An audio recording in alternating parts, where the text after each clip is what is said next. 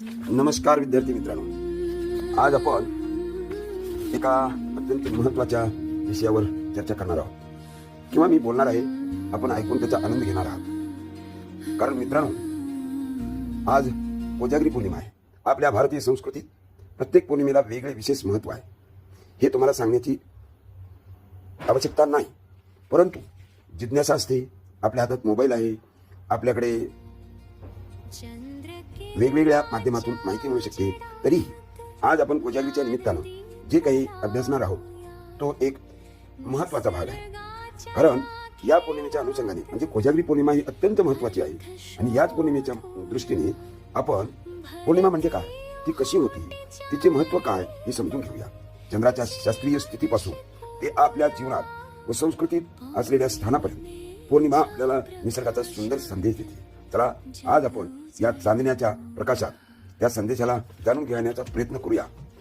आज आपण पौर्णिमेच्या भौगोलिक महत्त्वाबद्दल जाणून घेणार आहोत. पौर्णिमा म्हणजे चंद्र पृथ्वीच्या त्या बाजूला असतो जिथून सूर्यप्रकाश त्याच्या संपूर्ण पृष्ठभागावर पडतो आणि आपापल्या तो पूर्ण गोल व तेजस्वी दिसतो, जसे आता दिसत आहे. तुम्ही पहा, आजचा चंद्र कसा पूर्ण दिसतो आहे. पौर्णिमेच्या वेळ चंद्र, पृथ्वी आणि सूर्य सरळ रेषेत येतात. त्यामुळे समुद्रातील भरती ओहोटी जास्त तीव्र होते. पृथ्वीच्या काही ग्रामीण आणि डोंगराळ भागात कृत्रिम प्रकाश नसल्याने सर्व कामे या दिवशी केली जातात. चंद्राच्या व्यवस्थापनावर पंचांग आहे, वेळापत्रक आहे आणि हे सगळी भारतीय संस्कृतीमध्ये पाहिलं जातं. जसे की अमावस्येच्या वेळेस वेगळंच असतं आणि म्हणून महिने, ऋतू, सण, उत्सव ठरण्यासाठी पौर्णिमा आणि अमावस्यांचा उपयोग होतो. आपल्याला देश विशाल असल्यामुळे समुद्रकिनारी नारळी पौर्णिमा, नद्यावर कार्तिकी पौर्णिमा, गुरु व व्यासानं वंदन करणारी गुरुपौर्णिमा हे आपल्या भौगोलिक व सांस्कृतिक वारसा यांचा सुंदर संगम दाखवते. म्हणूनच पौर्णिमेला केवळ धार्मिकच महत्त्व नाही, तर भौगोलिक, सांस्कृतिक, वैज्ञानिक असे सर्व दृष्टीने अत्यंत महत्त्व आहे.